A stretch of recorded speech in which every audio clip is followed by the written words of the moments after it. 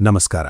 ಇಂದು ನಾವು ವಿಶ್ವದ ಅತ್ಯಂತ ಪ್ರಭಾವಶಾಲಿ ಮತ್ತು ಮನುಕುಲದ ಇತಿಹಾಸದಲ್ಲೇ ಅತಿ ಹೆಚ್ಚು ಮಾರಾಟವಾದ ಸ್ಫೂರ್ತಿದಾಯಕ ಪುಸ್ತಕಗಳಲ್ಲಿ ಒಂದಾದ ಡಾಕ್ಟರ್ ವಿಕ್ಟರ್ ಇ ಫ್ರಾಂಕಲ್ ಅವರು ಬರೆದ ಮ್ಯಾನ್ಸ್ ಸರ್ಚ್ ಫಾರ್ ಮೀನಿಂಗ್ ಪುಸ್ತಕದ ಸಂಪೂರ್ಣ ಆಡಿಯೋ ಬುಕ್ ಅನ್ನು ಕೇಳಲಿದ್ದೇವೆ. ಮನುಷ್ಯನ ಜೀವನದ ನಿಜವಾದ ಅರ್ಥವೇನು? ಪ್ರೀತಿಪಾತ್ರರನ್ನು ಕಳೆದುಕೊಂಡು ಸಾವಿನ ದವಡೆಯಲ್ಲಿ ನಿಂತಾಗಲೂ ಮನುಷ್ಯ ಬದುಕುವ ಭರವಸೆಯನ್ನು ಹೇಗೆ ಉಳಿಸಿಕೊಳ್ಳಬಲ್ಲ? ನಮ್ಮೆಲ್ಲ ಕಷ್ಟಗಳಿಗೂ ನೋವಿಗೂ ಒಂದು ಅರ್ಥವಿದೆಯೇ? ಈ ಎಲ್ಲ ಆಳವಾದ ಪ್ರಶ್ನೆಗಳಿಗೆ ಸ್ವತಃ ನರಕವನ್ನು ಕಂಡುಬಂದ ಈ ಲೇಖಕರು ಉತ್ತರ ನೀಡುತ್ತಾರೆ. ಈ ಅದ್ಭುತ ಮತ್ತು ರೋಮಾಂಚಕ ಪಯಣವನ್ನು ಪ್ರಾರಂಭಿಸುವ ಮುನ್ನ ದಯವಿಟ್ಟು ನಮ್ಮ ಚಾನೆಲ್ಗೆ ಸಬ್ಸ್ಕ್ರೈಬ್ ಆಗಿ. ಹೊಸ ಆಡಿಯೋ ಬುಕ್ಗಳ ನೋಟಿಫಿಕೇಷನ್ಗಾಗಿ ಬೆಲ್ ಐಕಾನ್ ಒತ್ತಿ. ದಯವಿಟ್ಟು ಸಬ್ಸ್ಕ್ರೈಬ್. ಬನ್ನಿ, ಈ ಜೀವಂತ ಅನುಭವದೊಳಗೆ ಕಾಲಿಡೋಣ. ಆಡಿಯೋ ಬುಕ್ ಆರಂಭಿಸೋಣ. ಅಧ್ಯಾಯ 1, ಆಶ್ವಿಟ್ಸ್ ಆಗಮನ ಮತ್ತು ಮೊದಲ ಆಘಾತ. Chapter 1, arrival at Auschwitz and the first shock. Doctor Victor Frankl ವಿಯೆನ್ನಾದ ಒಬ್ಬ ಪ್ರಸಿದ್ಧ ಮನೋವೈದ್ಯರು. ಅವರು ತಮ್ಮ ರೋಗಿಗಳನ್ನು ಒಂದು ವಿಚಿತ್ರ ಪ್ರಶ್ನೆ ಕೇಳುತ್ತಿದ್ದರು. ನೀವು ಇಷ್ಟೆಲ್ಲ ಕಷ್ಟಪಡುತ್ತಿದ್ದೀರಲ್ಲ, ಆದರೂ ನೀವು ಏಕೆ ಆತ್ಮಹತ್ಯೆ ಮಾಡಿಕೊಳ್ಳಬಾರದು? ಈ ಪ್ರಶ್ನೆಗೆ ಬರುವ ಉತ್ತರಗಳಲ್ಲಿ ಆ ರೋಗಿಗಳ ಜೀವನದ ಅರ್ಥ ಅಡಗಿರುತ್ತಿತ್ತು. ಕೆಲವರಿಗೆ ತಮ್ಮ ಮಕ್ಕಳ ಮೇಲಿನ ಪ್ರೀತಿ, ಇನ್ನು ಕೆಲವರಿಗೆ ತಮ್ಮಲ್ಲಿರುವ ಪ್ರತಿಭೆ ಅಥವಾ ಹಳೆಯ ನೆನಪುಗಳು ಬದುಕಲು ಸ್ಫೂರ್ತಿಯಾಗಿರುತ್ತಿದ್ದವು. ಈ ಸಣ್ಣ ಸಣ್ಣ ಭರವಸೆಯ ದಾರಗಳನ್ನು ಸೇರಿಸಿ ಜೀವನಕ್ಕೆ ಒಂದು ಬಲವಾದ ಅರ್ಥವನ್ನು ಕಲ್ಪಿಸುವುದೇ ಡಾಕ್ಟರ್ ಫ್ರಾಂಕಲ್ ಅವರ ಚಿಕಿತ್ಸೆಯ ಮೂಲ ಉದ್ದೇಶವಾಗಿತ್ತು. ಪುಸ್ತಕದ ಈ ಮೊದಲ ಭಾಗದಲ್ಲಿ ಫ್ರಾಂಕಲ್ ಅವರು ನಾಜಿ ಕಾನ್ಸಂಟ್ರೇಷನ್ ಕ್ಯಾಂಪ್ಗಳಲ್ಲಿ ತಾವು ಅನುಭವಿಸಿದ ಭೀಕರ ಘಟನೆಗಳನ್ನು ವಿವರಿಸುತ್ತಾರೆ. 2ನೇ ಮಹಾಯುದ್ಧದ ಸಮಯ. ಒಂದೇ ರೈಲಿನಲ್ಲಿ 1500 ಜನರನ್ನು ಪ್ರಾಣಿಗಳಂತೆ ತುಂಬಿಕೊಂಡು ಆಶ್ವಿಟ್ಸ್ ಎಂಬ ಕುಖ್ಯಾತ ಮರಣ ಶಿಬಿರಕ್ಕೆ ತರಲಾಯಿತು. ರೈಲಿನಲ್ಲಿ ಉಸಿರಾಡಲೂ ಜಾಗವಿರಲಿಲ್ಲ. ರೈಲು ನಿಲ್ದಾಣ ತಲುಪಿದಾಗ ಹೊರಗೆ ಕಾವಲುಗಾರರ ಕೂಗಾಟ ಕೇಳಿಸಿತು. ರೈಲಿನಿಂದ ಇಳಿದ ತಕ್ಷಣ ಎಲ್ಲರನ್ನೂ 2 ಸಾಲುಗಳಲ್ಲಿ ನಿಲ್ಲಿಸಲಾಯಿತು. ಒಬ್ಬ SS ಅಧಿಕಾರಿ ತನ್ನ ಕೈಯಲ್ಲಿದ್ದ ಕೋಲಿನಿಂದ ಅಥವಾ ಬೆರಳಿನಿಂದ ಜನರನ್ನು ಎಡಕ್ಕೆ ಮತ್ತು ಬಲಕ್ಕೆ ವಿಂಗಡಿಸುತ್ತಿದ್ದ. ಆತನ ಒಂದು ಬೆರಳಿನ ಸನ್ನೆ ಸಾವಿರಾರು ಜನರ ಜೀವ ಮತ್ತು ಸಾವನ್ನು ನಿರ್ಧರಿಸುತ್ತಿತ್ತು. ಎಡಕ್ಕೆ ಹೋದವರನ್ನು ನೇರವಾಗಿ ಗ್ಯಾಸ್ ಚೇಂಬರ್ಗಳಿಗೆ ಕಳುಹಿಸಿ ಅನಿಲ ಹಾಯಿಸಿ ಕೊಲ್ಲಲಾಗುತ್ತಿತ್ತು. ಅವರ ದೇಹಗಳನ್ನು ಚಿಮಣಿಯ ಮೂಲಕ ಬೂದಿಯಾಗಿ ಹಾರಿಸಲಾಗುತ್ತಿತ್ತು. ಬಲಕ್ಕೆ ಹೋದ ಫ್ರಾಂಕಲ್ ಮತ್ತು ಇತರರನ್ನು ಗುಲಾಮರಂತೆ ದುಡಿಸಿಕೊಳ್ಳಲು ಉಳಿಸಿಕೊಳ್ಳಲಾಯಿತು. ಅಲ್ಲಿಗೆ ಬಂದ ತಕ್ಷಣ ಅವರ ಬಟ್ಟೆಗಳನ್ನು, ವಸ್ತುಗಳನ್ನು, ಚಪ್ಪಲಿಗಳನ್ನು ಕಿತ್ತುಕೊಳ್ಳಲಾಯಿತು. ದೇಹದ ಮೇಲಿನ ಕೂದಲುಗಳನ್ನು ಸಂಪೂರ್ಣವಾಗಿ ಬೋಳಿಸಲಾಯಿತು. ಫ್ರಾಂಕಲ್ ತಮ್ಮ ಜೀವಮಾನದ ಸಾಧನೆಯಾಗಿದ್ದ ಪ್ರಕಟಣೆಗೆ ಸಿದ್ಧವಾಗಿದ್ದ ಪುಸ್ತಕದ ಹಸ್ತಪ್ರತಿಯನ್ನು ತಮ್ಮ ಕೋಟಿನ ಜೇಬಿನಲ್ಲಿ ಬಚ್ಚಿಟ್ಟಿದ್ದರು. ಅದೂ ಕೂಡ ಕಸದ ಬುಟ್ಟಿ ಸೇರಿತು. ಅವರ ಬಳಿ ಉಳಿದುಕೊಂಡಿದ್ದು ಅವರ ಬೆತ್ತಳೆ ದೇಹ ಮಾತ್ರ. ಅವರ ಹೆಸರನ್ನು ಅಳಿಸಿ 119104 ಎಂಬ ಸಂಖ್ಯೆಯನ್ನು ಕೈಮೇಲೆ ಹಚ್ಚೆ ಹಾಕಲಾಯಿತು. ಇದು ಶಿಬಿರದ ಮೊದಲ ಹಂತ, ಆಘಾತದ ಹಂತ. ಇಲ್ಲಿ ಮನುಷ್ಯನಿಗೆ ತನ್ನ ಜೀವನದ ಎಲ್ಲಾ ಭರವಸೆಗಳು ಕಮರಿಹೋದಂತೆ ಭಾಸವಾಗುತ್ತದೆ ಮತ್ತು ಸಾವಿನ ಭಯವೂ ಇಲ್ಲವಾಗುತ್ತದೆ. ಅಧ್ಯಾಯ 2, ಭಾವನಾತ್ಮಕ ಮರಗಟ್ಟುವಿಕೆ. Chapter 2, the phase of apathy. ಕೆಲವು ದಿನಗಳ ನಂತರ ಕೈದಿಗರು ತಮ್ಮ ಶಿಬಿರದ ಜೀವನದ 2ನೇ ಹಂತವನ್ನು ಪ್ರವೇಶಿಸುತ್ತಾರೆ. ಅದುವೇ ನಿರಾಸಕ್ತಿ ಅಥವಾ ಭಾವನಾತ್ಮಕ ಮರಗಟ್ಟುವಿಕೆ. ಇದು ಕೇವಲ ಭಾವನೆಗಳ ಕೊರತೆಯಾಗಿರಲಿಲ್ಲ, ಬದಲಾಗಿ ಆ ಭೀಕರ ಪರಿಸ್ಥಿತಿಯಲ್ಲಿ ಬದುಕುಳಿಯಲು ಮನುಷ್ಯನ ಮೆದುಳು ತಾನೇ ಸೃಷ್ಟಿಸಿಕೊಂಡ ಒಂದು ಮಾನಸಿಕ ರಕ್ಷಣಾ ಕವಚವಾಗಿತ್ತು, ಡಿಫೆನ್ಸ್ ಮೆಕ್ಯಾನಿಸಂ. ಪ್ರತಿದಿನ ಕಣ್ಣೆದುರೇ ನಡೆಯುವ ಅಮಾನವೀಯ ಹಿಂಸೆ, ಸಾವು, ರೋಗ ಮತ್ತು ಹಸಿವು ಇವುಗಳನ್ನು ನೋಡಿ ನೋಡಿ ಕೈದಿಗಳ ಮನಸ್ಸು ಸಂಪೂರ್ಣವಾಗಿ ಕಲ್ಲಾಗಿಬಿಟ್ಟಿತ್ತು. ಫ್ರಾಂಕಲ್ ಅವರು ಟೈಫಸ್ ರೋಗಿಗಳ ಗುಡಿಸಲಿನಲ್ಲಿ ಕೆಲಸ ಮಾಡುತ್ತಿದ್ದಾಗ ನಡೆದ ಒಂದು ಘಟನೆ ಮನುಷ್ಯನ ಮನಸ್ಸು ಎಷ್ಟು ಮರಗಟ್ಟಬಹುದು ಎಂಬುದಕ್ಕೆ ಜ್ವಲಂತ ಸಾಕ್ಷಿ. ಆ ಗುಡಿಸಲಿನಲ್ಲಿ ಪಕ್ಕದಲ್ಲಿಯೇ ಒಬ್ಬ ರೋಗಿ ನರಳಾಡಿ ಸತ್ತರೂ ಅಲ್ಲಿದ್ದ ಉಳಿದ ಯಾರಿಗೂ ಸ್ವಲ್ಪವೂ ಬೇಸರವಾಗಲಿಲ್ಲ ಅಥವಾ ಅಳು ಬರಲಿಲ್ಲ. ಬದಲಾಗಿ ಸತ್ತವನ ದೇಹ ಇನ್ನೂ ಬೆಚ್ಚಗಿರುವಾಗಲೇ ಒಬ್ಬ ಕೈದಿ ಬಂದು ಅವನ ಮೇಲಿದ್ದ ಹರಿದ ಬಟ್ಟೆಯನ್ನು ಎಳೆದುಕೊಂಡರೆ ಇನ್ನೊಬ್ಬ ಆತನ ಮರದ ಶೂಗಳು ತನಗಾಗುತ್ತವೆಯೇ ಎಂದು ಪರೀಕ್ಷಿಸುತ್ತಿದ್ದ. ಮತ್ತೊಬ್ಬ ಆ ಸತ್ತವನ ಜೇಬಿನಲ್ಲಿ ಮಿಕ್ಕಿದ್ದ ಒಂದು ಸಣ್ಣ ತುಂಡು ಆಲೂಗಡ್ಡೆಯನ್ನು ಅಥವಾ ಒಂದು ತುಂಡು ದಾರವನ್ನು ಲಪಟಾಯಿಸುತ್ತಿದ್ದ. ಯಾರಿಗೂ ಇದರಲ್ಲಿ ಯಾವ ತಪ್ಪೂ ಕಾಣುತ್ತಿರಲಿಲ್ಲ, ಏಕೆಂದರೆ ಆ ಮರಣ ಶಿಬಿರದ ಬದುಕುಳಿಯುವ ಹೋರಾಟದಲ್ಲಿ ಸಹಾನುಭೂತಿ ಮತ್ತು ನೈತಿಕತೆ ಎಂಬುದು ಸಂಪೂರ್ಣವಾಗಿ ಸತ್ತುಹೋಗಿತ್ತು. ಮತ್ತೊಮ್ಮೆ ವಿಪರೀತ ಹಿಮದಲ್ಲಿ ಕಾಲಿಗೆ ಸರಿಯಾದ ಬೂಟುಗಳಿಲ್ಲದೆ ಕಠಿಣ ಕೆಲಸ ಮಾಡಿ 12 ವರ್ಷದ ಬಾಲಕನ ಕಾಲ್ಬೆರಳುಗಳು ಕೊಳೆತು ಹೋಗಿದ್ದವು, ಫ್ರಾಸ್ಟ್ ಬೈಟ್. ವೈದ್ಯರು ಆ ಕಪ್ಪಾದ ಬೆರಳುಗಳನ್ನು ಒಂದೊಂದಾಗಿ ಚಿಮುಟಿನಿಂದ ಕತ್ತರಿಸಿ ತೆಗೆಯುತ್ತಿದ್ದರು.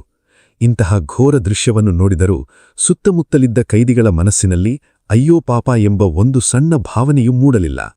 ಅಸಹ್ಯ, ಭಯ, ಕನಿಕರ ಇವೆಲ್ಲವೂ ಅವರ ಪಾಲಿಗೆ ಮರೆತು ಹೋದ ಪದಗಳಾಗಿದ್ದವು. ದೈಹಿಕ ಹೊಡೆತಗಳಿಗಿಂತ ಅಲ್ಲಿನ ಕಾವಲುಗಾರರು ಮಾಡುತ್ತಿದ್ದ ಮಾನಸಿಕ ಅವಮಾನ ಕೈದಿಗಳಿಗೆ ಹೆಚ್ಚು ನೋವು ನೀಡುತ್ತಿತ್ತು. ಫ್ರಾಂಕಲ್ ಒಮ್ಮೆ ಹಿಮದ ಬಿರುಗಾಳಿಯಲ್ಲಿ ರೈಲ್ವೆ ಹಳ್ಳಿಗಳನ್ನು ರಿಪೇರಿ ಮಾಡುವಾಗ ವಿಪರೀತ ಆಯಾಸದಿಂದ ಒಂದೇ ಒಂದು ಕ್ಷಣ ತಮ್ಮ ಗುದ್ದನಿಗೆ ಒರಗಿ ನಿಂತರು. ಆಗ ಅಲ್ಲಿದ್ದ ಕಾವಲುಗಾರ ಏನನ್ನೂ ಹೇಳದೆ ಕೇವಲ ಒಂದು ಕಲ್ಲನ್ನು ಫ್ರಾಂಕಲ್ ಅವರ ತಯೆಸೆದ. ದಾರಿ ತಪ್ಪಿದ ಪ್ರಾಣಿಗೆ ಅಥವಾ ಒಂದು ಎಮ್ಮೆಗೆ ಹೊಡೆಯುವಂತೆ ಹೊಡೆದ ಆತನ ಆ ವರ್ತನೆ ಫ್ರಾಂಕಲ್ ಅವರ ಮನಸ್ಸಿಗೆ ತೀವ್ರ ಪೆಟ್ಟು ನೀಡಿತು. ನಾನು ಮನುಷ್ಯನೇ ಅಲ್ಲ, ಕೇವಲ ಒಂದು ಪ್ರಾಣಿ ಎಂದು ಕಾವಲುಗಾರರು ನಡೆಸಿಕೊಳ್ಳುತ್ತಿದ್ದ ರೀತಿ ದೈಹಿಕ ನೋವಿಗಿಂತ ಹೆಚ್ಚಿನ ಮಾನಸಿಕ ಘಾಸಿ ಉಂಟುಮಾಡುತ್ತಿತ್ತು.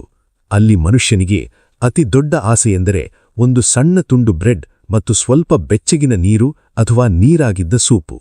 ವಿಪರೀತ ಚಳಿಯಲ್ಲಿ, ಎಲುಬು ಕೊರೆಯುವ ಗಾಳಿಯಲ್ಲಿ ಗಂಟೆಗಟ್ಟಲೆ ಕಠಿಣ ಕೆಲಸ ಮಾಡುವಾಗ ಅವರ ದೇಹಕ್ಕೆ ಶಕ್ತಿಯಿಲ್ಲದೆ ತನ್ನದೇ ಸ್ನಾಯುಗಳನ್ನು ತಿನ್ನಲು ಆರಂಭಿಸುತ್ತಿತ್ತು. ಕೊನೆಗೆ ಅವರ ದೇಹದಲ್ಲಿ ಬೂಲೆಯ ಅಸ್ಥಿಪಂಜರ ಮತ್ತು ಅದರ ಮೇಲೊಂದು ಚರ್ಮ ಮಾತ್ರ ಉಳಿಯುತ್ತಿತ್ತು. ಹಸಿವಿನಿಂದ ಅವರ ಮನಸ್ಸು ಸಂಪೂರ್ಣವಾಗಿ ಊಟದ ಸುತ್ತಲೇ ಗಿರಿಕಿ ಹೊಡೆಯುತ್ತಿತ್ತು. ಬಿಡುವು ಸಿಕ್ಕೆಲ್ಲ ಅವರು ತಮಗೆ ಇಷ್ಟವಾದ ಅಡುಗೆಗಳ ಬಗ್ಗೆಯೇ ಮಾತನಾಡಿಕೊಳ್ಳುತ್ತಿದ್ದರು. ರಾತ್ರಿ ಮಲಗಿದಾಗ ಅವರು ಕಾಣುತ್ತಿದ್ದ ನೆನಪುಗಳಲ್ಲೂ ಬ್ರೆಡ್, ಕೇಕ್, ಸಿಗರೇಟು ಮತ್ತು ಬೆಚ್ಚಗಿನ ಸ್ನಾನದ ದೃಶ್ಯಗಳೇ ಬರುತ್ತಿದ್ದವು. ಆ ಸುಂದರ ನೆನಪಿನಿಂದ ಎಚ್ಚರಗೊಂಡು ಕಠೋರ ವಾಸ್ತವಕ್ಕೆ ಮರಳುವುದು ಅತ್ಯಂತ ಯಾತನಾಮಯವಾಗಿತ್ತು. ಬೆಳಗ್ಗಿನ ಜಾವ 3 ಗಂಟೆಗೆ ಕಾವಲುಗಾರರ ಶಿಲ್ಲೆ ಸದ್ದು ಕೇಳಿದೊಡನೆ ತಮ್ಮ ಊದಿಹೋದ ಕಾಲುಗಳನ್ನು ಒದ್ದೆಯಾದ ಹರಿದ ಶೂಗಳೊಳಗೆ ಬಲವಂತವಾಗಿ ತೂರಿಸಿಕೊಂಡು ಹಲ್ಲು ಗಿಡಿಯುತ್ತಾ ನರಕಕ್ಕೆ ಮರಳಬೇಕಾಗಿತ್ತು. ಇಂತಹ ಕಠಿಣ ಪರಿಸ್ಥಿತಿಯಲ್ಲಿ ಮಾನವನ ಅಸ್ತಿತ್ವವು ಕೇವಲ ಪ್ರಾಣಿಯ ಮಟ್ಟಕ್ಕೆ ಕುಸಿದು ಹೋಗಿತ್ತು. ಆದರೆ ಆಶ್ಚರ್ಯವೆಂದರೆ ಈ ಭಾವನಾತ್ಮಕ ಮರಗಟ್ಟುವಿಕೆಯೇ ಅವರ ಪ್ರಾಣ ಉಳಿಸಿಕೊಳ್ಳಲು, ಆ ನರಕವನ್ನು ಪ್ರತಿದಿನ ಎದುರಿಸಲು ಅನಿವಾರ್ಯವಾದ ಅಸ್ತ್ರವಾಗಿತ್ತು. ಅಧ್ಯಾಯ 3. ಪ್ರೀತಿ ಮತ್ತು ಒಳಮನಸ್ಸಿನ ಅಗಾಧ ಶಕ್ತಿ. The power of love and inner life. ದೈಹಿಕವಾಗಿ ಮನುಷ್ಯ ಎಷ್ಟೇ ಕುಸಿದಿದ್ದರೂ, ಹಸಿವಿನಿಂದ ಕಂಗೆಟ್ಟಿದ್ದರೂ, ಅವನ ಒಳಮನಸ್ಸಿನ ಶಕ್ತಿ ಮತ್ತು ಪ್ರೀತಿ ಅವನನ್ನು ಹೇಗೆ ಕಾಪಾಡಬಲ್ಲದು ಎಂಬುದನ್ನು ಫ್ರಾಂಕಲ್ ಈ ಹಂತದಲ್ಲಿ ಕಂಡುಕೊಂಡರು. ಬೆಳಗಿನ ಜಾವ ಕಗ್ಗತ್ತಲಲ್ಲಿ, ಮೈ ಕೊರಿಯುವ ಚಳಿಯಲ್ಲಿ ಕೈದಿಗಳ ಕೆಲಸದ ಮೆರವಣಿಗೆ ಶುರುವಾಗುತ್ತಿತ್ತು.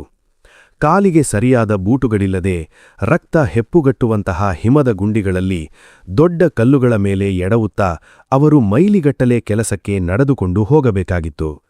ಯಾರಾದರೂ ಆಯಾಸದಿಂದ ಎಡವಿ ಬಿದ್ದರೆ ಕಾವಲುಗಾರರು ರೈಫಲ್ನ ಹಿಂಭಾಗದಿಂದ ನಿರ್ದಯವಾಗಿ ಹೊಡೆಯುತ್ತಿದ್ದರು. ಮಾತನಾಡುವಂತಿರಲಿಲ್ಲ, ಮಾತನಾಡಲು ಆ ಕೊರೆಯುವ ಚಳಿಯಲ್ಲಿ ಯಾರಿಗೂ ಶಕ್ತಿಯೂ ಇರಲಿಲ್ಲ. ಇಂತಹ ನರಕಸದೃಶ ವಾತಾವರಣದಿಂದ ತಪ್ಪಿಸಿಕೊಳ್ಳಲು ಫ್ರಾಂಕಲ್ ತಮ್ಮ ಒಳಮನಸ್ಸಿನ ಕಡೆಗೆ ಮುಖ ಮಾಡಿದರು. ಆ ಕ್ರೂರ ನಡಿಗೆಯ ನಡುವೆ ಅವರು ತಮ್ಮ ಹೆಂಡತಿಯನ್ನು ನೆನಪಿಸಿಕೊಳ್ಳುತ್ತಿದ್ದರು. ಆಕೆ ಬದುಕಿದ್ದಾಳೋ ಇಲ್ಲವೋ ಅವರಿಗೆ ತಿಳಿದಿರಲಿಲ್ಲ. ತಿಳಿಯುವ ಯಾವ ಮಾರ್ಗವೂ ಅಲ್ಲಿರಲಿಲ್ಲ.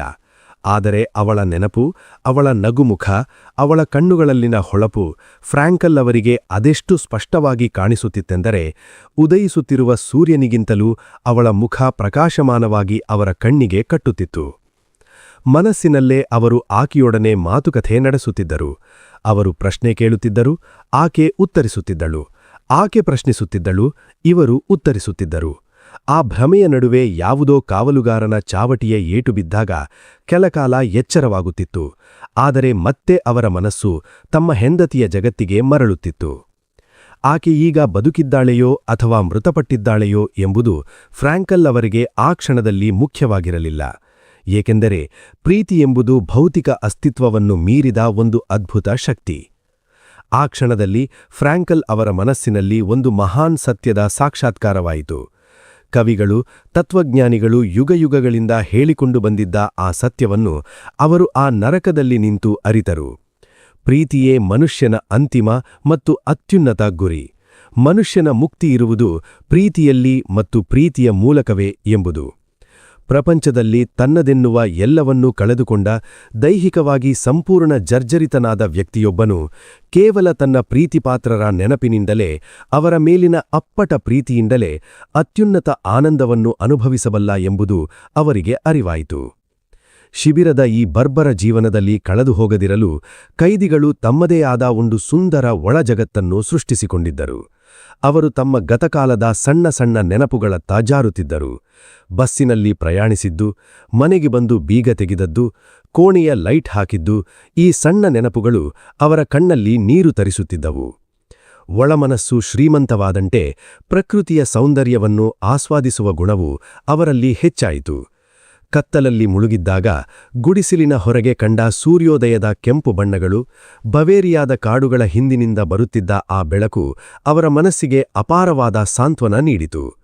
ಒಮ್ಮೆ ಮೈ ಕೊರೆಯುವ ಚಳಿಯಲ್ಲಿ ಹಿಮಗಡ್ಡೆಯಂತಹ ನೆಲವನ್ನು ಗುದ್ದಲಿಯಿಂದ ಅಗಿಯುವಾಗ ಬಂದು ಪಕ್ಕದಲ್ಲೇ ಕುಳಿತ ಒಂದು ಸಣ್ಣ ಹಕ್ಕಿ, ಅಥವಾ ಮುಂಜಾನೆಯ ಕತ್ತಲಲ್ಲಿ ದೂರದ ರೈತನ ಮನೆಯಲ್ಲಿ ಕಂಡ ಒಂದು ಸಣ್ಣ ದೀಪದ ಬೆಳಕು, ಇವೆಲ್ಲವೂ ಕೇವಲ ದೃಶ್ಯಗಳಾಗಿರಲಿಲ್ಲ. ಬದಲಾಗಿ ನಿನ್ನ ಕಷ್ಟಗಳಿಗೆ ಕೊನೆಯಿದೆ, ಬದುಕು ಸುಂದರವಾಗಿದೆ ಎಂದು ಹೇಳುವ ಪ್ರಕೃತಿಯ ಸಂದೇಶಗಳಾಗಿದ್ದವು. ಭೌತಿಕವಾಗಿ ಏನೂ ಇಲ್ಲದಿದ್ದರೂ, ಸುತ್ತಮುತ್ತ ಸಾವು ಕುಣಿಯುತ್ತಿದ್ದರೂ, ಮನುಷ್ಯ ತನ್ನ ಗತಕಾಲದ ಸುಂದರ ನೆನಪುಗಳು, ಪ್ರಕೃತಿಯ ಮೇಲಿನ ಆರಾಧನೆ ಮತ್ತು ತನ್ನವರ ಮೇಲಿನ ಅದಮ್ಯ ಪ್ರೀತಿಯಿಂದಲೇ ಬದುಕುವ ಅಗಾಧ ಶಕ್ತಿಯನ್ನು ಪಡೆದುಕೊಳ್ಳಬಲ್ಲ ಎಂಬುದು ಈ ಅಧ್ಯಾಯದಲ್ಲಿ ಅದ್ಭುತವಾಗಿ ಸಾಬೀತಾಗುತ್ತದೆ. ಅಧ್ಯಾಯ 4. ನರಕದಲ್ಲಿ ಕಲೆ ಮತ್ತು ಹಾಸ್ಯ. ಆರ್ಟ್ ಆ್ಯಂಡ್ ಹ್ಯೂಮರ್ ಇನ್ ಹೆಲ್. ನಂಬಲು ಅಸಾಧ್ಯವಾದರೂ ಪ್ರಪಂಚದ ಅತ್ಯಂತ ಕ್ರೂರ ನರಕ ಸದೃಶ ಕಾನ್ಸಂಟ್ರೇಷನ್ ಕ್ಯಾಂಪ್ನಲ್ಲಿಯೂ ಕಲೆ ಮತ್ತು ಹಾಸ್ಯ ಅಸ್ತಿತ್ವದಲ್ಲಿತ್ತು. ಕಲೆ ಮತ್ತು ಹಾಸ್ಯಗಳು ಅಲ್ಲಿ ಕೇವಲ ಮನರಂಜನೆಯಾಗಿರಲಿಲ್ಲ, ಬದಲಾಗಿ ಮನುಷ್ಯನ ಆತ್ಮವನ್ನು ಬದುಕಿಸುವ, ವಾಸ್ತವದ ಘೋರತೆಯಿಂದ ಸ್ವಲ್ಪ ಹೊತ್ತಾದರೂ ತಪ್ಪಿಸಿಕೊಳ್ಳಲು ಸಹಾಯ ಮಾಡುವ ಸಂಜೀವನಿಯಾಗಿತ್ತು. ಕೆಲವೊಮ್ಮೆ ರಾತ್ರಿ ವೇಳೆ ಮೂಳೆ ಮುರಿಯುವ ಕೆಲಸದ ಆಯಾಸದ ನಡುವೆಯೂ ಯಾವುದಾದರೂ ಒಂದು ಗುಡಿಸಲನ್ನು ಸ್ವಲ್ಪ ಖಾಲಿ ಮಾಡಿ ಮರದ ಹಲಕೆಗಳನ್ನು ಜೋಡಿಸಿ ಒಂದು ಸಣ್ಣ ವೇದಿಕೆ ಸೃಷ್ಟಿಸಲಾಗುತ್ತಿತ್ತು. ಅಲ್ಲಿ ಕೈದಿಗಳು ಒಟ್ಟು ಸೇರಿ ಹಾಡುಗಳನ್ನು ಹಾಡುತ್ತಿದ್ದರು, ಕವಿತೆ ವಾಚಿಸುತ್ತಿದ್ದರು, ತಮ್ಮ ಕಷ್ಟಗಳನ್ನು ಮರೆಯಲು ವಿಡಂಬನೆ ಮಾಡುತ್ತಿದ್ದರು, ಜೋಕ್ ಹೇಳುತ್ತಿದ್ದರು. ಒಮ್ಮೆ ಇಟಾಲಿಯನ್ ಹಾಡುಗಳನ್ನು ಅದ್ಭುತವಾಗಿ ಹಾಡಿದ ಕೈದಿಗೆ ಬಹುಮಾನವಾಗಿ ಸೂಪ್ ಬಡಿಸುವವನು ಬೋಗುಣಿನ ತಳದಿಂದ ಸ್ವಲ್ಪ ಗಟ್ಟಿಯಾದ ಸೂಪ್ ಮತ್ತು ಬೇಳೆಯನ್ನು ಎತ್ತಿ ಹಾಕಿದ್ದೇ ದೊಡ್ಡ ಸನ್ಮಾನವಾಗಿತ್ತು. ಇದೇ ಶಿಬಿರದಲ್ಲಿ ಮರ್ಡರಸ್ ಕಾಪೋ ಎಂಬ ಅತ್ಯಂತ ಕ್ರೂರ ಕಾವಲುಗಾರನಿದ್ದ. ಅವನು ಎಷ್ಟು ಭಯಾನಕನಾಗಿದ್ದನೆಂದರೆ ಅವನನ್ನು ಕಂಡರೆ ಎಲ್ಲರೂ ನಡುಗುತ್ತಿದ್ದರು. ಅವನೊಮ್ಮೆ ಕೈದಿಗಳ ಗುಂಪಿನ ಮುಂದೆ ನಿಂತು ತನ್ನದೇ ಆದ ಪ್ರೇಮ ಕವಿತೆಗಳನ್ನು ಓದಲು ಪ್ರಾರಂಭಿಸಿದ. ಆ ಕವಿತೆಗಳು ಮತ್ತು ಅವನ ಹಾವಭಾವ ಎಷ್ಟು ಕಳಪೆಯಾಡಿದ್ದವೆಂದರೆ ಫ್ರಾಂಕಲ್ ಅವರಿಗೆ ನಗು ತಡೆಯಲಾಗಲಿಲ್ಲ. ಆದರೆ ಅಲ್ಲಿ ನಕ್ಕರೆ ಸಾವು ಖಚಿತ. ನಗುವನ್ನು ತಡೆಯಲು ಫ್ರಾಂಕಲ್ ತಮ್ಮ ತುಟಿಗಳನ್ನು ರಕ್ತ ಬರುವಷ್ಟು ಗಟ್ಟಿಯಾಗಿ ಕಚ್ಚಿಕೊಂಡರು. ಕವಿತೆ ಮುಗಿದ ತಕ್ಷಣ ಜೀವ ಉಳಿಸಿಕೊಳ್ಳಲು ಎಲ್ಲರಿಗಿಂತ ಜೋರಾಗಿ ಮತ್ತು ಭಕ್ತಿಭಾವದಿಂದ ಚಪ್ಪಾಳೆ ತಟ್ಟಿದರು. ಫ್ರಾಂಕಲ್ ಅವರ ಈ ನಕಲಿ ಚಪ್ಪಾಳೆ ಆ ಕ್ರೂರ ಕಾಪೋನ ಮನಸ್ಸು ಗೆತ್ತು. ಮುಂದೆ ಇದೇ ಘಟನೆ ಫ್ರಾಂಕಲ್ ಅವರಿಗೆ ಕಠಿಣ ಕೆಲಸಗಳಿಂದ ವಿನಾಯಿತಿ ಸಿಗಲು ಮತ್ತು ಅವರ ಪ್ರಾಣ ಉಳಿಯಲು ಅತಿದೊಡ್ಡ ಮಟ್ಟದಲ್ಲಿ ಸಹಾಯ ಮಾಡಿತು. ಶಿಬಿರದ ಈ ಬರ್ಬರ ಜೀವನದಲ್ಲಿ ಭಾವುಕ ಮುನುವ ಒಂದು ಕ್ಷಣವು ಸಂಗೀತದ ಮೂಲಕವೇ ಒದಗಿ ಬಂದಿತು. ಅದು ಫ್ರಾಂಕಲ್ ಅವರು ಆಶ್ವಿಟ್ಜ್ ಶಿಬಿರಕ್ಕೆ ಬಂದ 2ನೇ ರಾತ್ರಿ. ದಿನವೆಲ್ಲ ದುಡಿದು ಎಲ್ಲರೂ ಆಯಾಸದಿಂದ ಮಲಗಿದ್ದರು. ಇದ್ದಕ್ಕಿದ್ದಂತೆ ಆ ಕತ್ತಲ ರಾತ್ರಿಯಲ್ಲಿ ಎಲ್ಲಿಂದಲೋ ಒಂದು ವಯಲಿನ್ ನುಡಿಸುತ್ತಿರುವ ಶಬ್ದ ಕೇಳಿತು. ಯಾರೋ ಒಬ್ಬ ಕೈದಿ ಅತ್ಯಂತ ದುಃಖಮಯವಾದ ಟ್ಯಾಂಗೋ ರಾಗವನ್ನು ನುಡಿಸುತ್ತಿದ್ದ. ಆ ವಯಲಿನ್ ಅಳುತ್ತಿರುವಂತೆ ಭಾಸವಾಗುತ್ತಿತ್ತು ಮತ್ತು ಅದರ ಜೊತೆಯಲ್ಲೇ ಫ್ರಾಂಕಲ್ ಅವರ ಒಳಮನಸ್ಸು ಬಿಕ್ಕಿ ಬಿಕ್ಕಿ ಅಳತೊಡಗಿತು. ಏಕೆಂದರೆ ಆಕೆ ಬದುಕಿದ್ದಾಳೋ ಇಲ್ಲವೋ ಅವರಿಗೆ ತಿಳಿದಿರಲಿಲ್ಲ, ತಿಳಿಯುವ ಯಾವ ಮಾರ್ಗವೂ ಅಲ್ಲಿರಲಿಲ್ಲ. ಆದರೆ ಅವಳ ನೆನಪು, ಅವಳ ನಗುಮುಖ, ಅವಳ ಕಣ್ಣುಗಳಲ್ಲಿನ ಹೊಳಪು ಫ್ರಾಂಕಲ್ ಅವರಿಗೆ ಅದೆಷ್ಟು ಸ್ಪಷ್ಟವಾಗಿ ಕಾಣಿಸುತ್ತಿತ್ತೆಂದರೆ ಉದಯಿಸುತ್ತಿರುವ ಸೂರ್ಯನಿಗಿಂತಲೂ ಅವಳ ಮುಖ ಪ್ರಕಾಶಮಾನವಾಗಿ ಅವರ ಕಣ್ಣಿಗೆ ಕಟ್ಟುತ್ತಿತ್ತು. ಇನ್ನು ಹಾಸ್ಯವು ಮನುಷ್ಯನಿಗೆ ಎಂತಹ ಭೀಕರ ಪರಿಸ್ಥಿತಿಯನ್ನು ಎದುರಿಸಲು ಪ್ರಕೃತಿ ನೀಡಿರುವ ಅತ್ಯಂತ ಶಕ್ತಿಶಾಲಿ ಅಸ್ತ್ರವಾಗಿದೆ. ಹಾಸ್ಯವು ಮನುಷ್ಯನಿಗೆ ತನ್ನದೇ ಕಷ್ಟಗಳಿಂದ ಸ್ವಲ್ಪ ದೂರ ನಿಂತು ವಾಸ್ತವವನ್ನು ನೋಡುವ ಶಕ್ತಿ ಕೊಡುತ್ತದೆ. ಶಿಬಿರದ ಆ ಘೋರ ವಾತಾವರಣದಲ್ಲೂ ಫ್ರಾಂಕಲ್ ತಮ್ಮ ಸ್ನೇಹಿತನೊಬ್ಬನಿಗೆ ಹಾಸ್ಯ ಪ್ರಜ್ಞೆಯನ್ನು ಬೆಳೆಸಿಕೊಳ್ಳಲು ತರಬೇತಿ ನೀಡುತ್ತಿದ್ದರು. ದಿನವೂ ಬಿಡುಗಡೆಯಾದ ನಂತರದ ಭವಿಷ್ಯದ ಬಗ್ಗೆ ಒಂದೊಂದು ತಮಾಷೆ ಕಥೆ ಕಟ್ಟಬೇಕು ಎಂಬುದು ಅವರ ನಿಯಮವಾಗಿತ್ತು. ಫ್ರಾಂಕಲ್ ಅವರ ಆ ಸ್ನೇಹಿತ ವೃತ್ತಿಯಲ್ಲಿ ಒಬ್ಬ ಸರ್ಜನ್. ಶಿಬಿರದಲ್ಲಿ ಕೆಲಸ ಮಾಡುವಾಗ ಕಾವಲುಗಾಯರು ಆಕ್ಷನ್ ಆಕ್ಷನ್ ಎಂದು ಕೂಗಿ ಕೈದಿಗಳನ್ನು ವೇಗವಾಗಿ ಕೆಲಸ ಮಾಡಲು ಗೂಡಿಸಿನಿಂದ ತಿವಿತ್ತಾ ಓಡಿಸುತ್ತಿದ್ದರು. ಇದನ್ನು ಇಟ್ಟುಕೊಂಡು ಫ್ರಾಂಕಲ್ ಆ ಸ್ನೇಹಿತನಿಗೆ ಹೇಳುತ್ತಿದ್ದರು, ನಾಳೆ ನೀನು ಬಿಡುಗಡೆಯಾಗಿ ನಿನ್ನ ದೊಡ್ಡ ಆಸ್ಪತ್ರೆಯ ಆಪರೇಷನ್ ಥಿಯೇಟರಿಗೆ ಹೋದಾಗಲೂ ಸೀನಿಯರ್ ಡಾಕ್ಟರ್ ಬಂದ ತಕ್ಷಣ ನಿನ್ನ ಅಸಿಸ್ಟೆಂಟ್ ಬಂದು ಆಕ್ಷನ್ ಆಕ್ಷನ್ ಎಂದು ಕೂಗುತ್ತಾನೆ ನೋಡು. ಹಾಗೆಯೇ ನಾಳೆ ನಾವೆಲ್ಲರೂ ಇಲ್ಲಿಂದ ಬಿಡುಗಡೆಯಾಗಿ ಯಾರಾದರೂ ದೊಡ್ಡವರ ಮನೆಯ ಔತಾಟ್ನ ಕೂಟಕ್ಕೆ ಹೋದಾಗಲೂ ನಮ್ಮ ಹಳೆಯ ಶಿಬಿರದ ಅಭ್ಯಾಸ ಬಿಡದೆ ಆತಿಥ್ಯ ವಹಿಸಿದ ಯಜಮಾನಿಗೆ ದಯವಿಟ್ಟು ಆ ಸೂಪನ್ನು ತಳದಿಂದ ಸೌಟು ಹಾಕಿಕೊಡಿ, ಯಾಕೆಂದರೆ ತಳದಲ್ಲಿ ಬೇಳೆ ಅಥವಾ ಆಲೂಗಡ್ಡೆ ಇರುತ್ತದೆ ಎಂದು ಕೇಳಿ ಮಾನ ಕಳೆಯುತ್ತೇವೆ ಎಂದು ತಮಾಷೆ ಮಾಡುತ್ತಿದ್ದರು. ಇಂತಹ ಸಣ್ಣ ಸಣ್ಣ ಹಾಸ್ಯದ ತುಣುಕುಗಳು ಮತ್ತು ಕಲೆಯ ಕ್ಷಣಗಳು ಆ ಕರಾಳ ನರಕದಲ್ಲಿ ಅವರೊಳಗಿನ ಮನುಷ್ಯನನ್ನು ಸಾಯದಂತೆ ಜೀವಂತವಾಗಿರಿಸಿದ್ದವು. ಕಷ್ಟ ಎಷ್ಟೇ ಘೋರವಾಗಿದ್ದರೂ ನಗುವೊಂದಿದ್ದರೆ ಅದನ್ನು ಎದುರಿಸಬಹುದು ಎಂಬುದನ್ನು ಈ ಅಧ್ಯಾಯ ನಮಗೆ ಕಲಿಸುತ್ತದೆ. ಅಧ್ಯಾಯ 5. ಕಷ್ಟಗಳ ಸಾಪೇಕ್ಷತೆ ಮತ್ತು ತಾತ್ಕಾಲಿಕ ನೆಮ್ಮದಿ. The relativity of suffering and temporary happiness. ಶಿಬಿರದ ಆ ಘೋರ ವಾತಾವರಣದಲ್ಲಿ ಕಷ್ಟಗಳು ಎಷ್ಟಿದ್ದವೋ ಅದರ ನಡುವೆ ಸಿಗುತ್ತಿದ್ದ ಸಣ್ಣ ಸಣ್ಣ ಬಿಡುವುಗಳು ಅಥವಾ ಅದೃಷ್ಟದ ಕ್ಷಣಗಳು ಅಷ್ಟೇ ಖುಷಿ ನೀಡುತ್ತಿದ್ದವು. ಡಾಕ್ಟರ್ ಫ್ರಾಂಕಲ್ ಅವರು ಕಷ್ಟವನ್ನು ಒಂದು ಅನಿಲಕ್ಕೆ ಹೋಲಿಸುತ್ತಾರೆ. ಒಂದು ಖಾಲಿ ಕೋಣೆಗೆ ಸ್ವಲ್ಪ ಅನಿಲ ಬಿಟ್ಟರೂ ಅದು ಆ ಇಡೀ ಕೋಣೆಯ ಮೂಲೆ ಮೂಲೆಗಳನ್ನು ಹೇಗೆ ಆವರಿಸಿಕೊಳ್ಳುತ್ತದೆಯೋ ಹಾಗೆಯೇ ಮನುಷ್ಯನ ಕಷ್ಟ ಚಿಕ್ಕದಿರಲಿ ಅಥವಾ ದೊಡ್ಡದಿರಲಿ ಅದು ಅವನ ಇಡೀ ಮನಸ್ಸನ್ನು ಮತ್ತು ಪ್ರಜ್ಞೆಯನ್ನು ಆವರಿಸಿಕೊಳ್ಳುತ್ತದೆ. ಆದ್ದರಿಂದ ಮಾನವನ ಕಷ್ಟ ಮತ್ತು ಸುಖ ಎರಡೂ ಸಂಪೂರ್ಣವಾಗಿ ಸಾಪೇಕ್ಷವಾದದ್ದು. ಇದಕ್ಕೆ ಒಂದು ಸ್ಪಷ್ಟ ಉದಾಹರಣೆ ಎಂದರೆ, ಒಮ್ಮೆ ಫ್ರಾಂಕಲ್ ಮತ್ತು ಅವರ ತಂಡ ಕೊರೆಯುವ ಚಳಿಯಲ್ಲಿ ರಸ್ತೆಯಲ್ಲಿ ಕಠಿಣ ಕೆಲಸ ಮಾಡುತ್ತಿರುವಾಗ ಅವರ ಪಕ್ಕದಲ್ಲಿಯೇ ಸ್ಥಳೀಯ ಜೈಲಿನ ಕೆಲವು ಅಪರಾಧಿಗಳು ಕನ್ವಿಕ್ಟ್ಸ್ ಹಾದು ಹೋದರು. ಆ ಅಪರಾಧಿಗಳನ್ನು ನೋಡಿ ಈ ಶಿಬಿರದ ಕೈದಿಗಳಿಗೆ ಅಸೂಯೆಯಾಯಿತು. ಅಯ್ಯೋ, ಅವರು ನಮ್ಮಗಿಂತ ಎಷ್ಟು ಅದೃಷ್ಟವಂತರು, ಅವರಿಗೆ ಪ್ರತಿದಿನ ನಿಯಮಿತವಾಗಿ ಸರಿಯಾದ ಊಟ ಸಿಗುತ್ತದೆ, ಸ್ನಾನ ಮಾಡಲು ನೀರು ಇದೆ, ಮಲಗಲು ಹಾಸಿಗೆ ಇದೆ ಮತ್ತು ಮನೆಯವರಿಂದ ಪತ್ರಗಳು ಬರುತ್ತವೆ ಎಂದು ಅಂದುಕೊಂಡರು. ತಾವೇನೇ ತಪ್ಪು ಮಾಡದಿದ್ದರೂ ನರಕ ಅನುಭವಿಸುತ್ತಿರುವಾಗ ಅಪರಾಧ ಮಾಡಿದವರಿಗೆ ಸಿಗುತ್ತಿದ್ದ ಸೌಲಭ್ಯಗಳು ಇವರಿಗೆ ಸ್ವರ್ಗದಂತೆ ಕಾಣಿಸುತ್ತಿತ್ತು. ಕಷ್ಟ ಎನ್ನುವುದು ಎಷ್ಟು ಸಾಪೇಕ್ಷವಲ್ಲವೇ? ಒಮ್ಮೆ ಆಶ್ವಿಟ್ಜ್ನಿಂದ ಕೈದಿಗಳನ್ನು ರೈಲಿನಲ್ಲಿ ಬೇರೊಂದು ಶಿಬಿರಕ್ಕೆ ಕರೆದೊಯ್ಯಲಾಗುತ್ತಿತ್ತು. ಆ ರೈಲು ಮೌತ್ಹೌಸನ್ ಎಂಬ ಮತ್ತೊಂದು ಘೋರ ಮರಣ ಶಿಬಿರದ ಸೇತುವೆಯ ಕಡೆಗೆ ಹೋಗುತ್ತಿದೆಯೋ ಎಂಬ ಭಯ ಎಲ್ಲರನ್ನೂ ಕಾಡುತ್ತಿತ್ತು. ಆದರೆ ರೈಲು ಆ ಸೇತುವೆಯನ್ನು ದಾಟದೆ ಡಾಕ್ಹೌ ಶಿಬಿರದ ಕಡೆಗೆ ತಿರುಗಿದಾಗ ಆ ರೈಲಿನ ಸಣ್ಣ ಬೋಗಿಯಲ್ಲೇ ಕೈದಿಗಳು ಆನಂದದಿಂದ ಕುಣಿದು ಕುಪ್ಪಳಿಸಿದರು. ಆ ಹೊಸ ಶಿಬಿರಕ್ಕೆ ತಲುಪಿದಾಗ ಅಲ್ಲಿನ ಹಳೆಯ ಕೈದಿಗಳಿಂದ ಇವರಿಗೆ ಒಂದು ಅಮೂಲ್ಯವಾದ ಮಾಹಿತಿ ಸಿಕ್ಕಿತು. ಅದೇನೆಂದರೆ, ಈ ಶಿಬಿರದಲ್ಲಿ ಗ್ಯಾಸ್ ಚೇಂಬರ್ ಇಲ್ಲ. ಕನಿಷ್ಠ ಪಕ್ಷ ಪ್ರತಿದಿನ ಬೆಳಗ್ಗೆ ಎದ್ದೊಡನೆ ನೇರವಾಗಿ ಗ್ಯಾಸ್ ಚೇಂಬರಿಗೆ ಹೋಗಿ ಬೂದಿಯಾಗುವ ಭಯ ಇರಲಿಲ್ಲ. ಅಂದು ರಾತ್ರಿ ಧಾರಾಕಾರ ಮಳೆಯಲ್ಲಿ ಮೈ ಕೊರೆಯುವ ಚಳಿಯಲ್ಲಿ ಎಲ್ಲಿಯೂ ಮಲಗಲು ಜಾಗವಿಲ್ಲದೆ ಹೊರಾಂಗಣದಲ್ಲಿ ನಿಂತಿದ್ದರೂ ಅವರ ಮನಸ್ಸಿನಲ್ಲಿ ಒಂದು ರೀತಿಯ ಸಮಾಧಾನವಿತ್ತು. ಗ್ಯಾಸ್ ಚೇಂಬರ್ ಇಲ್ಲದಿರುವುದೇ ಅವರಿಗೆ ಅತಿ ದೊಡ್ಡ ಸಂತೋಷವಾಗಿತ್ತು. ಶಿಬಿರದಲ್ಲಿ ಅಧ್ಯಾಯ 6. ಅಸ್ತಿತ್ವದ ಹೋರಾಟ ಮತ್ತು ಒಂಟಿತನ. Struggle for existence and solitude. Concentration ಕ್ಯಾಂಪ್ನಲ್ಲಿ ಮನುಷ್ಯನ ವ್ಯಕ್ತಿತ್ವ ಮತ್ತು ವೈಯಕ್ತಿಕ ಮೌಲ್ಯಗಳು ಸಂಪೂರ್ಣವಾಗಿ ಕಣ್ಮರೆಯಾಗುತ್ತಿದ್ದವು. ಅಲ್ಲಿ ಮನುಷ್ಯ ಕೇವಲ ಒಂದು ಹಿಂಡಿನ ಹರ್ಡ್ ಮೆಂಟಾಲಿಟಿ ಕುರಿಯಂತೆ ಬದುಕುತ್ತಿದ್ದ. ಪ್ರತಿಯೊಬ್ಬ ಕೈದಿಯ ಅತಿ ದೊಡ್ಡ ಮತ್ತು ಪ್ರಮುಖ ನಿಯಮವೆಂದರೆ ಯಾರ ಕಣ್ಣಿಗೂ ಬೀಳದಿರುವುದು. Do not be conspicuous. SS ಕಾವಲುಗಾರರ ಕಣ್ಣಿಗೆ ಬಿದ್ದರೆ ಹೊಡೆತ ಗ್ಯಾರಂಟಿ. ಹಾಗಾಗಿ ಕೈದಿಗಳು ಯಾವಾಗಲೂ ಗುಂಪಿನ ಮಧ್ಯದಲ್ಲಿ ನುಸುಳಿಕೊಳ್ಳಲು ಪ್ರಯತ್ನಿಸುತ್ತಿದ್ದರು. ಚಳಿಗಾಲದಲ್ಲಿ ಕೆಲಸಕ್ಕೆ ಹೋಗುವಾಗ ಸಾಲಿನಲ್ಲಿ ನಿಲ್ಲಬೇಕಾದರೆ ಗುಂಪಿನ ಮುಂದೆಯೂ ಇರಬಾರದು, ಹಿಂದೆಯೂ ಇರಬಾರದು, ಪಕ್ಕದಲ್ಲೂ ಇರಬಾರದು. ಏಕೆಂದರೆ ಕಾವಲುಗಾರರ ಚಾವಟಿಯ ಏಟುಗಳು ಮತ್ತು ರೈಫಲ್ನ ಗುದ್ದುಗಳು ಗುಂಪಿನ ಅಂಚಿನಲ್ಲಿರುವವರಿಗೆ ಬೀಳುತ್ತಿದ್ದವು. ಗುಂಪಿನ ಮಧ್ಯದಲ್ಲಿ ನಿಂತರೆ ಕೊರೆಯುವ ಚಳಿಗಾಳಿಯಿಂದಲೂ ಪಾರಾಗಬಹುದು ಮತ್ತು ಏಟುಗಳಿಂದಲೂ ಬಚಾವಾಗಬಹುದು ಎಂಬುದು ಕೈದಿಗಳ ಪ್ರಾಣ ಉಳಿಸುವ ಲೆಕ್ಕಾಚಾರವಾಗಿತ್ತು.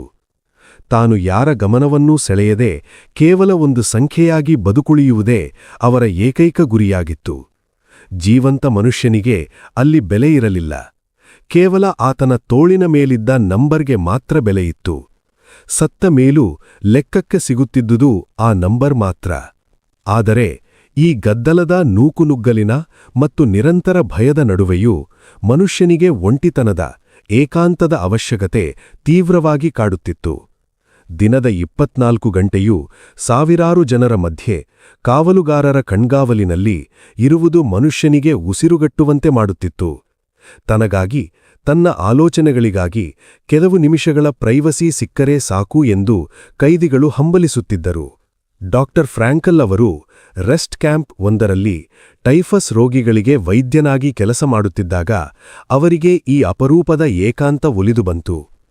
ರೋಗಿಗಳ ಗುಡಿಸಲಿನ ಹಿಂಭಾಗದಲ್ಲಿ ಮುಳ್ಳುತಂತಿಯ ಬೇಲಿಯ ಪಕ್ಕದಲ್ಲಿ ಒಂದು ಸಣ್ಣ ಸ್ಥಳವಿತ್ತು. ಅಲ್ಲಿ ಪ್ರತಿದಿನ ಸಾಯುತ್ತಿದ್ದ ಕೈದಿಗಳ 5-6 ಶವಗಳನ್ನು ಇಡಲು ಒಂದು ಸಣ್ಣ ಟೆಂಟ್ ಹಾಕಿದ್ದರು. ಆ ಶವಗಳ ಪಕ್ಕದಲ್ಲೇ ಒಂದು ನೀರಿನ ಟ್ಯಾಂಕ್, ವಾಟರ್ ಶಾಫ್ಟ್ ನ ಮರದ ಮುಚ್ಚಳವಿತ್ತು. ಶವಗಳ ಮೇಲೆ ಹೇಣುಗಳು ಹರಿದಾಡುತ್ತಿದ್ದರೂ ಫ್ರಾಂಕಲ್ ಅವರಿಗೆ ಅದು ಲೆಕ್ಕಕ್ಕಿರಲಿಲ್ಲ. ರೋಗಿಗಳಿಗೆ ಔಷಧ ಕೊಟ್ಟು ಸ್ವಲ್ಪ ಬಿಡುವು ಸಿಕ್ಕಾಗೆಲ್ಲ ಫ್ರಾಂಕಲ್ ಬಂದು ಆ ಮರದ ಮುಚ್ಚಳದ ಮೇಲೆ ಕುಳಿತುಕೊಳ್ಳುತ್ತಿದ್ದರು.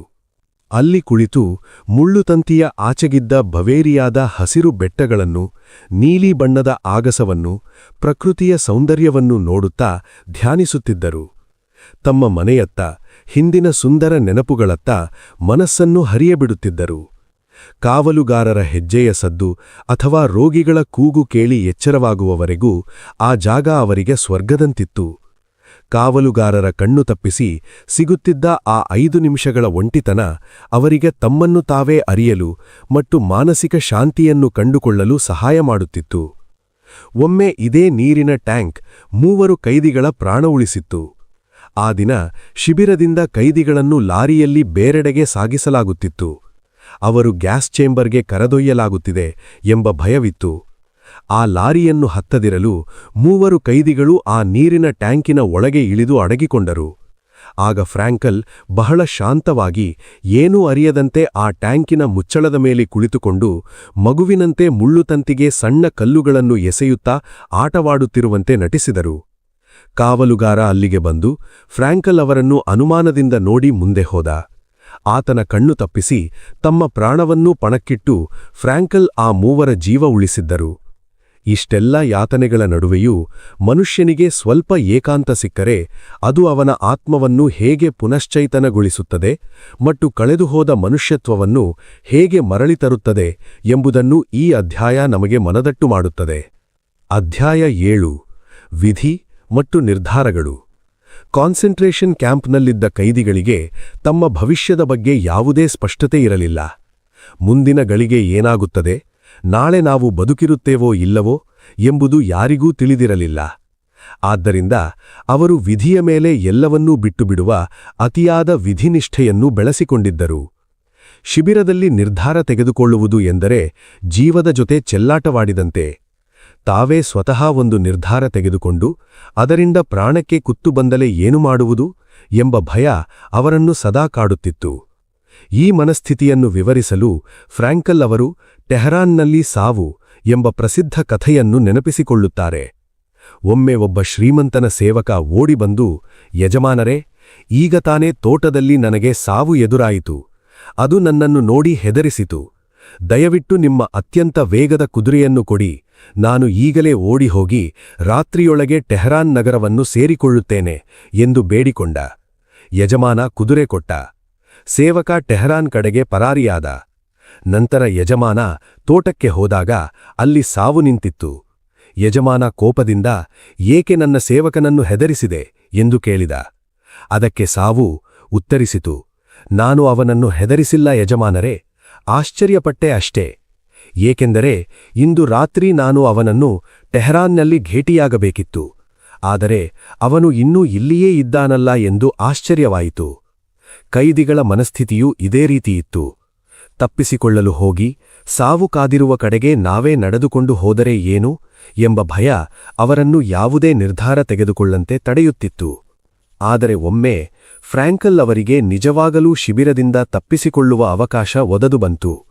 ಯುದ್ಧದ ಮುಂಚೂಣಿ ಶಿಬಿರದ ಸಮೀಪಕ್ಕೆ ಬರುತ್ತಿತ್ತು. ಶತ್ರುಪಡೆಗಳು ಹತ್ತಿರ ಬರುತ್ತಿದ್ದಂತೆ ಕಾವಲುಗಾರರಲ್ಲಿ ಗೊಂದಲ ಶುರುವಾಗಿತ್ತು.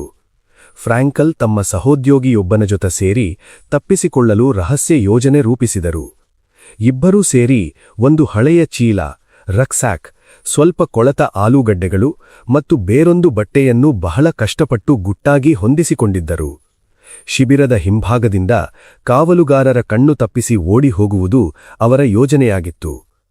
ತಪ್ಪಿಸಿಕೊಳ್ಳುವ ಕೆಲವೇ ಕ್ಷಣಗಳ ಮೊದಲು ಫ್ರಾಂಕಲ್, ಕೊನೆಯ ಬಾರಿಗೆ ನನ್ನ ರೋಗಿಗಳನ್ನು ಒಮ್ಮೆ ನೋಡಿ ಬರೋಣ ಎಂದು ತಾವು ಚಿಕಿತ್ಸೆ ನೀಡುತ್ತಿದ್ದ ಟೈಫಸ್ ರೋಗಿಗಳ ಗುಡಿಸಲಿನೊಳಗೆ ಹೋದರು. ಅಲ್ಲಿ ಮಲಗಿದ್ದವರೆಲ್ಲರೂ ಜ್ವರದಿಂದ ನರಳಿ ಸಾವಿನ ಅಂಚಿನಲ್ಲಿದ್ದವರು. ಫ್ರಾಂಕಲ್ ಪ್ರತಿಯೊಬ್ಬರ ಬಳಿ ಹೋಗಿ ತಮ್ಮ ನಾಡಿ ಮಿಡಿಪ ಪರೀಕ್ಷಿಸಿ ತಮ್ಮಲ್ಲಿ ಉಳಿದಿದ್ದ ಅಲ್ಪ ಸ್ವಲ್ಪ ಔಷಧಿಯನ್ನು ನೀಡುತ್ತಾ ಬಂದರು.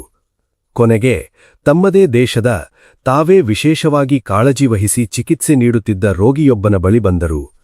ಆತನಿಗೆ ಜ್ವರ ವಿಪರೀತವಾಗಿತ್ತು. ಆತ ಫ್ರಾಂಕಲ್ ಅವರ ಮುಖವನ್ನು ದಿಟ್ಟಿಸಿ ನೋಡಿದ. ಆತನ ಕಣ್ಣಲ್ಲಿದ್ದ ಮೂಕ ವೇದನೆ ಮತ್ತು ಅಸಹಾಯಕತೆಯನ್ನು ನೋಡಿ ಫ್ರಾಂಕಲ್ ಅವರಿಗೆ ಏನೋ ಮುಜುಗಾರವಾಯಿತು.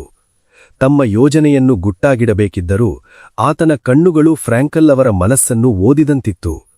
ಆತ ಬಹಳ ಆಯಾಸದಿಂದ ನರಳಿ ಕೇಳಿದ, ಡಾಕ್ಟರ್, ನೀವು ಮತ್ತು ನಿಮ್ಮ ಸ್ನೇಹಿತ ಇಬ್ಬರೂ ಇಲ್ಲಿಂದ ತಪ್ಪಿಸಿಕೊಂಡು ಹೋಗುತ್ತಿದ್ದೀರಾ? ಫ್ರಾಂಕಲ್ ತಡಬಡಾಯಿಸಿ ಇಲ್ಲವೆಂದು ಸುಳ್ಳು ಹೇಳಿದರು. ಆದರೆ ಆತನ ಕಣ್ಣಲ್ಲಿದ್ದ ದುಃಖ ಮತ್ತು ನಮ್ಮನ್ನು ಬಿಟ್ಟು ಹೋಗುತ್ತಿದ್ದೀರಲ್ಲ ಎಂಬ ಮೂಕ ಆರೋಪ ಫ್ರಾಂಕಲ್ ಅವರ ಎದೆಯನ್ನು ಸೀಳಿಬಿಟ್ಟಿತು. ಗುಡಿಸಲಿನಿಂದ ಹೊರಗೆ ಬಂದರೂ ಆತನ ದೃಷ್ಟಿ ಅವರನ್ನು ಬಿಡಲಿಲ್ಲ. ಅವರ ಮನಸ್ಸಿನಲ್ಲಿ ಭೀಕರವಾದ ಅಂತರಂಗದ ಯುದ್ಧ ಶುರುವಾಯಿತು. ತನ್ನ ಪ್ರಾಣ ಉಳಿಸಿಕೊಳ್ಳಲು ಇಲ್ಲಿಂದ ಓಡಿ ಹೋಗುವುದೋ ಅಥವಾ ತನ್ನನ್ನೇ ನಂಬಿಕೊಂಡಿರುವ ಈ ಅಸಹಾಯಕ, ಸಾಯುತ್ತಿರುವ ರೋಗಿಗಳ ಜೊತೆಯೇ ಉಳಿಯುವುದೋ? ದಿಗ್ಗನೆ ಎದ್ದ ಫ್ರಾಂಕಲ್ ಓಡಿಹೋಗಿ ತಮ್ಮ ಸ್ನೇಹಿತನಿಗೆ ಹೇಳಿದರು, ನಾನು ನಿನ್ನ ಜೊತೆ ಬರುವುದಿಲ್ಲ. ನಾನು ನನ್ನ ರೋಗಿಗಳ ಜೊತೆಯೇ ಇರಲು ನಿರ್ಧರಿಸಿದ್ದೇನೆ. ಹೀಗೆ ಹೇಳಿದ್ದೇ ತಡ ಅಲ್ಲಿಯ ತನಕೂ ಅವರ ಮನಸ್ಸಿನಲ್ಲಿದ್ದ ಆತಂಕ, ಭಯ, ಗೊಂದಲಗಳೆಲ್ಲವೂ ಮಾಯವಾದವು. ತಮ್ಮ ವಿಧಿಯನ್ನು ತಾವೇ ನಿರ್ಧರಿಸಿದ ಆ ಗಳಿಗೆಯಲ್ಲಿ ಫ್ರಾಂಕಲ್ ಅವರಿಗೆ ಎಂದೂ ಕಾಣದ, ವಿವರಿಸಲಾಗದ ಅಪಾರವಾದ ಆಂತರಿಕ ಶಾಂತಿ ದೊರೆಯಿತು. ಅವರು ಮರಳಿ ಗುಡಿಸಲಿಗೆ ಬಂದು ಆ ರೋಗಿಯ ಪಾದದ ಬಳಿ ಕುಳಿತುಕೊಂಡು ಆತನಿಗೆ ಸಾಂತ್ವನ ಹೇಳತೊಡಗಿದರು. ಪ್ರಾಣ ಉಳಿಸಿಕೊಳ್ಳುವುದಕ್ಕಿಂತ ಒಬ್ಬ ವೈದ್ಯನಾಗಿ, ಒಬ್ಬ ಮನುಷ್ಯನಾಗಿ ತಮ್ಮ ಜವಾಬ್ದಾರಿಯನ್ನು ನಿಭಾಯಿಸಿದ್ದು ಅವರಿಗೆ ಆತ್ಮತೃಪ್ತಿಯನ್ನು ನೀಡಿತ್ತು.